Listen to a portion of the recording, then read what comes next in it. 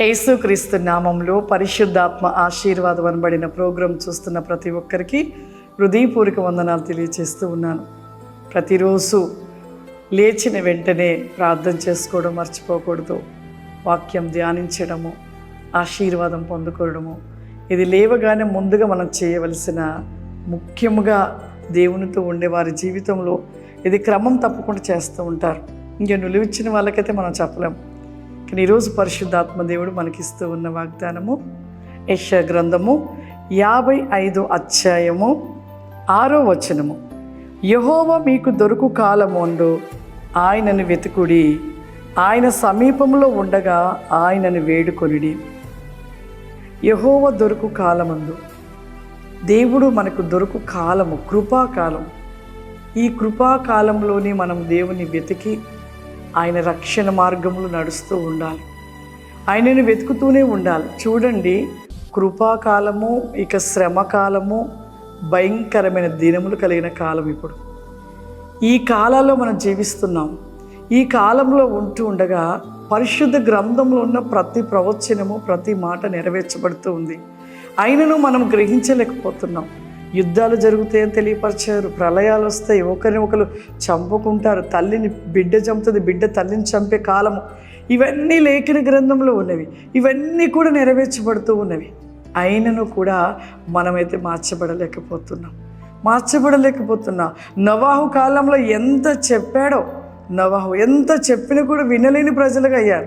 ఇప్పుడు ఉంటున్న ప్రజలు కూడా ఎలా ఉంటున్నారంటే, ప్రభువు చెప్తున్న ప్రతి మాట విన్నట్టుగా విని చెవున వింటున్నారు, చెవున విడిచిపెడుతున్నారు. ఇలా విడిచిపెడుతూ దేవునికి దూరం అయిపోతున్నారు. అందుకే ప్రభు చెప్తున్నాడు, ఇక దొరుకు కాలము, ఈ కాలం ఇక రానున్న దినాలలో నువ్వు దేవుని వాక్యము కూడా నీ కరువైపోతుంది, దేవుని మాటలు కూడా కరువైపోతుంది. దేవుని తలుసుకోవాలన్నా కూడా నువ్వు భయంతోనే జీవిస్తూ ఉంటావు. అటువంటి కాలము కూడా, అటువంటి దుర్దినాలు కూడా రాబోతున్నవి. కాబట్టి సమయము ఉండగానే సద్వినియోగం చేసుకోవాలి.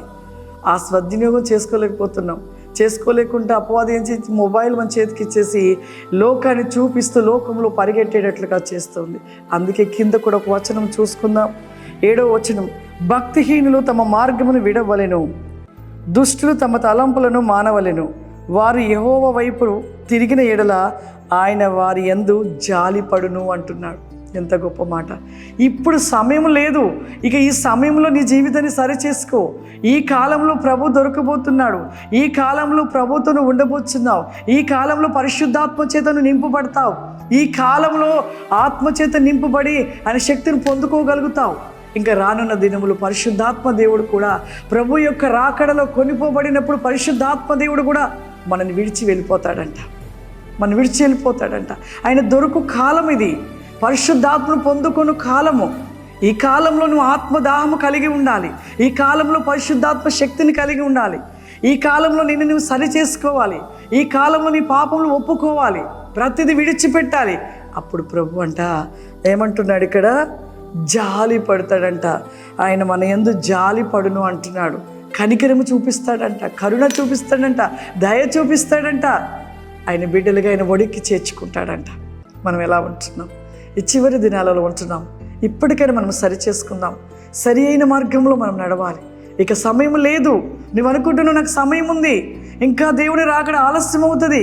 ఆలస్యం కావచ్చేమో, కానీ నీ మరణ దినం అనేది ఎప్పుడో నీకు తెలియదు. నువ్వు మరణకాలం అనే సమయం ఎప్పుడో తెలియదు. నువ్వు ఎప్పుడు మరణిస్తావో కూడా తెలియదు.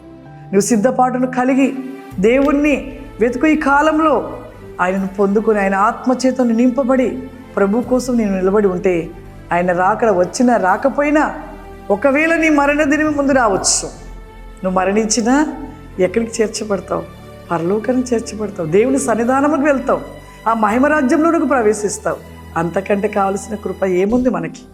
కాబట్టి ప్రతి ఒక్కరూ సరి చేసుకొని ఈ వెతికే కాలంలో దొరికే ఆత్మ కలిగిన పరిశుద్ధాత్మను మీరు పొందుకొని దేవునిలో ముందుకు మీరు కొనసాగి పరిపూర్ణులుగా మార్చబడినట్లయితే ఇక మీరు నిత్యరాజ్యంలో వారసులుగా ఉంటారు.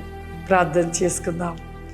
సర్వశక్తివంతుడా, దయగల తండ్రి, నీకు వందనాలు చెల్లిస్తూ ఉన్నానయ్యా.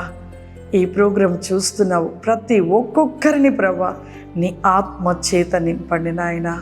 దేవా, ఈ యొక్క కాలంలో నీవు ప్రతి రికాస్టి కమాండర్ రికామ్ది మై హోలీ స్పిరిట్ అబోస్టి కమాండర్ వినిస్ లార్డ్ ద మై కెన్ ఫ్లవరీ కామ్ ది మై కెనికా ఫ్లవరీ మా I can misgo my hand the listen me Lord the he'll become the my key stand my soul like any flower ma ఆత్మస్వరూపుడ ప్రతి బిడ్డని నీ ఆత్మ చేత నింపండి దేవా. నువ్వు సెలవిస్తున్నావు ప్రభా. ఈ చివరి దినాలలో ఎవరు ప్రభా దేవా దాహము కలిగి అడుగుచుంటారో వారు ప్రతిదీ పొందుకోబోతూ ఉన్నారని సెలవిస్తున్నావు తండ్రి. నీకు వందనాలు.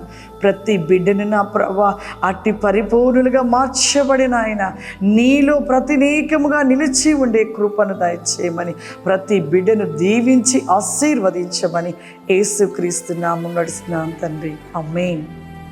God bless you. దేవుడు మిమ్మల్ని దీవించును గాక. ఆమేన్.